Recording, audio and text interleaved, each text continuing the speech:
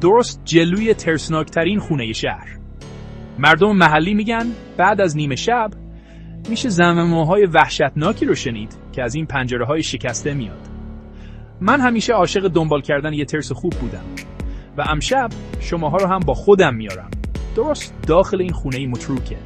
بذارید بهتون بگم، مردم میگن یه خانواده دهه‌ها پیش اینجا ناپدید شدن و از اون موقع به بعد هیچ کس جرأت نکرده بعد از تاریکی پا بذاره اینجا.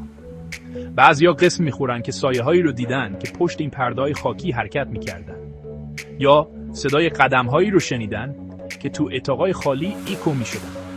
راستش یکم استرس دارم، ولی خب واسه همینه که اینجاییم. نه؟ بریم با هم یه نگاهی بندازیم. باشه، دارم میرم تو.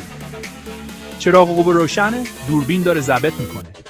کفپوش‌ها با هر قدم صدای جیر میدن و انقدر ساکته که تقریبا میتونم صدای قلب خودمو بشنوم. وایسا، شنیدی؟ شبیه یه زمزمه‌ای آروم بود. فقط ادامه میده. اوه، در درست پشت سرم محکم بسته شد. دروغ نمیگم، مو به تنم سیخ شد.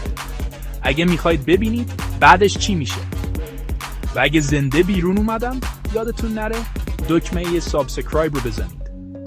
به هم اعتماد کنید. نمیخواید از دست بدید چی در راهه.